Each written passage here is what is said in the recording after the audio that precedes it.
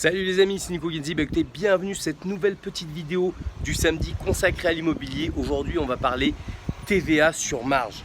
Donc voilà, si vous vous intéressez un petit peu au business des marchands de biens, que voilà c'est un milieu qui vous intéresse, vous avez compris qu'il y a des belles opérations à faire sous ce statut là, vous avez sûrement entendu parler de ce qu'est la TVA sur marge. Alors qu'est-ce que c'est la TVA sur marge?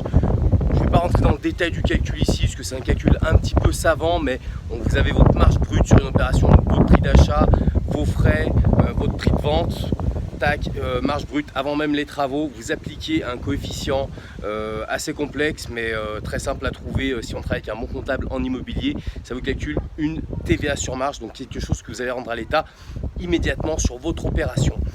Et voilà, donc ça existe encore, mais bonne nouvelle, ça n'existe pas sur les opérations les plus simples de marchand de biens.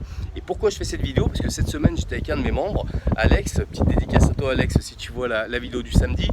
Et Alex voilà, me dit bon j'ai une opération que je veux faire en marchand de biens pro, ça y est j'ai créé ma structure, je peux avoir le financement, donc c'est cool.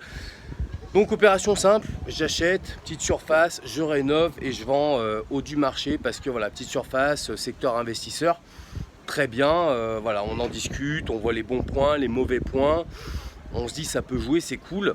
Et là Alex me dit écoute Nico, vraiment j'ai vraiment envie de sortir cette opération parce que ça fait des mois, quelques mois là que je regarde plusieurs dossiers et à chaque fois que je fais tourner mes chiffres dans mes balances, quand j'ai la TVA sur marge, finalement il me reste jamais suffisamment pour que ce soit rentable, et il faut que ce soit rentable.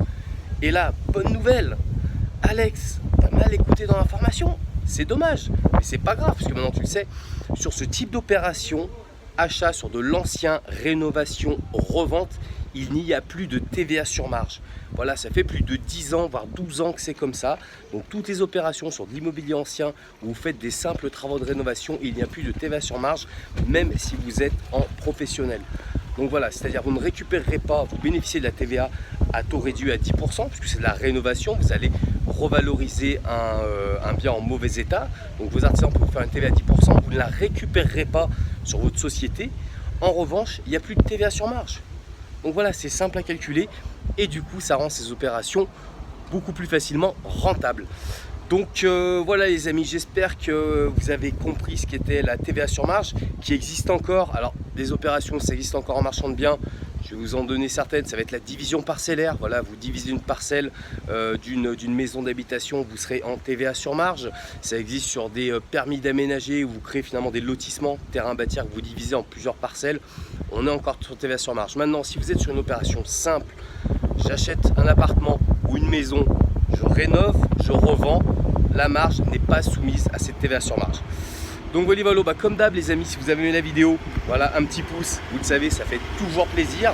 Donc n'hésitez pas, partagez autour de vous. Donc là j'ai une voiture qui arrive juste à ce moment là, c'est cool. Commentez et moi je vous dis à la semaine prochaine sur la prochaine vidéo. Salut les amis, ciao ciao.